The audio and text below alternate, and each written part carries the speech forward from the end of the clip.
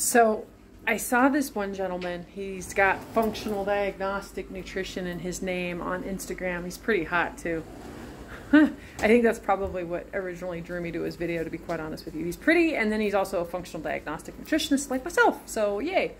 But I ended up watching the video, and it was just kind of a, it was a simple, like, how to, like, what's the word I'm looking for? A little tour around the kitchen and a little showing of what real food is. And then he also does a little bit of calling out, because this is what I really loved. He said at the very beginning of the video that if this crap that was going on in the world right now had anything to do with public safety and public health, they'd be knocking down your damn doors to see what's in your kitchen, what's in your cupboards, what's in your refrigerator, right? It makes me ill that we still haven't, that they haven't, that they're not putting out there, you know, the benefits of lifestyle, sleep, vitamin D, zinc, vitamin C, you know, boosting your immune system. Instead, it's wear a mask and get vaccines. It just blows my brain. And then now with these mandates that are now, you know, infringing on people's rights, drives me bonkers. Anywho, I regress. Let's go through the kitchen, shall we? So here, I know, and I've got so many fruit flies. We've got fresh fruit. Yes, we eat fruit. We eat a lot of fruit, actually. 1 serving a day. Anything more than that, I feel like you have a little bit of problem. A lot of people have a gut dysbiosis, and you're going to have a problem with candida.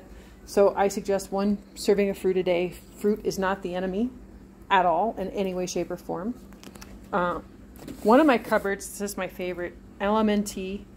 Most of us, I'm finding, especially through hair analysis, are very, very low in critical minerals that are like basic foundation for health. And I was one of them. And after I started supplementing with minerals and working on my mineral imbalances, man, what a game changer. Down here, I have some fresh sweet potatoes, some yams, and some Yukon Golds, all organic. Most of those are from the farmer's market. Don't be afraid of those. I love Dr. Tom O'Brien. More fruit. More fruit. This I'm going to actually cut up and freeze because I like to use frozen fruit for like a no-pain ice cream. But anywho, Dr. Tom O'Brien says for a healthy gut, you want to eat 2 prebiotic foods a day and 1 root vegetable a day. And so we will rotate every day. So like one day we'll have parsnips, the next day we'll have turnips, the day after that we'll have rutabagas, then we have beets, then we have potatoes and sweet potatoes, right? And there's our variety for the week. So our plate, the way it looks like, is there's a protein, there's usually some kind of a green vegetable or leafy vegetable, and then there is a root vegetable or starchy vegetable. So we are doing more of a paleo type diet right now. I'm also a fan of Western A Price, and it's like anything in life, right, where you take what you like and leave the rest. I do believe we should be soaking our nuts and our seeds or sprouting. Most people's guts can't handle that, and it also contributes to a leaky gut because if you think about it, a seed was made to go through an animal's digestive tract and come out the other end and plant itself and start a new plant. So our digestive system, we have to do things to it in order to get the nutrients out of it that we need. And it's funny because I normally make my own homemade granola that is soaked. And I ate a grain-free granola that we got from the store the other day. And me and Jim, within like an hour, had such horrible gas. And I was like, where's this coming from? It's like, oh yeah, we just ate nuts and seeds that weren't sprouted. So our poor belly was like, what the hell? Back to the grocery store. So we don't do a whole lot with milk, but when we do, I really love this brand here because the milk, you can get it in a couple different flavors. And what I love about it most, let's see, where's the ingredients? Oh, look at that. Ingredients: filtered water, organic sprouted almonds, and Himalayan salt. There are no fillers in that, and it's been broken down properly. I like this one too. I like the milk better because it is sprouted, but this one has just got filtered water, cashews. You don't want anything that's got gour gum, xanthan gum, locust bean gum, all those things are carrageenan. All those things are really, really, really hard on the gut and contribute to leaky gut. So this is some raw meat for my cat. And then we have, we got some B vitamins, and then just started taking the fermented cod liver oil. What else we got? Some more fruit. Just made some bone broth. These are all my homemade ferments got going on in there. And then just got back from farmer's market in the grocery store. I mean, I've got 2 full drawers of fresh vegetables from the, all organic, mostly from the farmer's market. And we will, the 3 of us, will eat all those veggies in a week. Easy. Easy peasy. So, not a whole lot on this aisle. We are a huge fan of mayo. But it's got to be the right kind of mayo. You got to watch out for canola oil, soy oil, sunflower oil. A lot of that stuff is highly, highly refined and highly, highly inflammatory. And that was the other thing I noticed. We went out to eat last night at Whole Foods. Because I thought, okay, cool, Whole Foods, right? They have the ingredients labels on everything in their hot bar.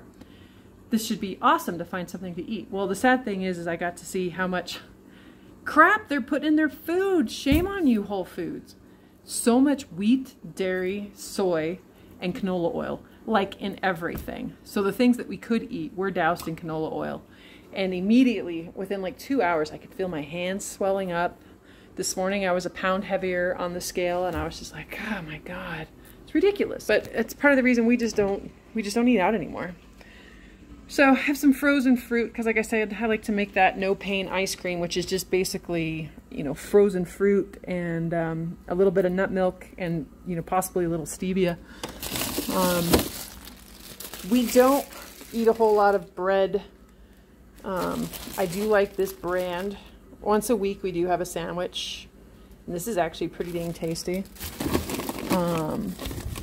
These are a few, they say paleo or organic, very few. And this is like if I have slipped my brain or something comes up unexpectedly and I need something quick, especially like for Pierce's lunches, that's all that's about. So we got some bone broth in there and some sausages. This is just a little bit of my meat. I got a bigger freezer outside in the garage, and I try to only eat pasture-raised, organic, humanely raised animals because I'm not into torture. And I think the way that we have been raising animals for a while, one needs them to be more inflammatory, and they're not as nutritious for us. And I just can't get into that kind of abuse. Like, it disgusts me that we treat the animals that are giving up their lives for us that way. Like, it's just beyond fathomable. Let's go pantry. So there's not a whole lot in here because, if your food doesn't expire, right? The longer the expiration on a food, the shorter the expiration on you. Like, it really tears up your gut. These are just some, healthier on-the-go snacks. So this is organic apples. And then what else we got here? I've got some nuts and seeds that I'm actually in the middle of soaking some right now. Some grain-free pasta once in a blue moon. Some MTC oil. We love that with collagen with my tea or coffee in the morning.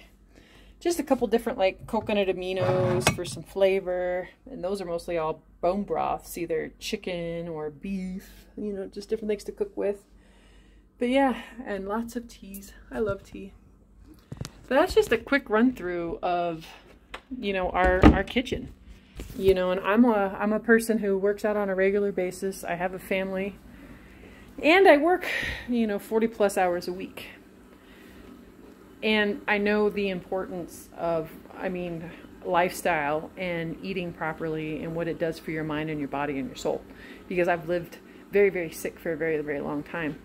And then even people who aren't been sick, like my husband, when we met, he was 70 pounds overweight, wasn't sleeping well at night. you know, and just changing his lifestyle. I mean, it's completely, you know, I'll be putting up a testimonial, or already have, of his pretty soon. Same thing with his son. You know, we've turned his son's life around. You know, so is it a learning curve at first? Absolutely. And now it's like second nature. I have gotten the whole family involved because it really shouldn't be on one person. And I want Pierce to know how to take care of himself when he's out of the house, because it does us no good to treat him how to take care of himself if he doesn't actually learn how to do it when he goes to leave. So I'm trying to give him the tools, right? But with a little bit of prep work, a little bit of planning, it is doable. And you know, I love what that guy said on Instagram that did a video kind of like this, you know, stop feeding your kids crap. Like, stop being the enabler, right?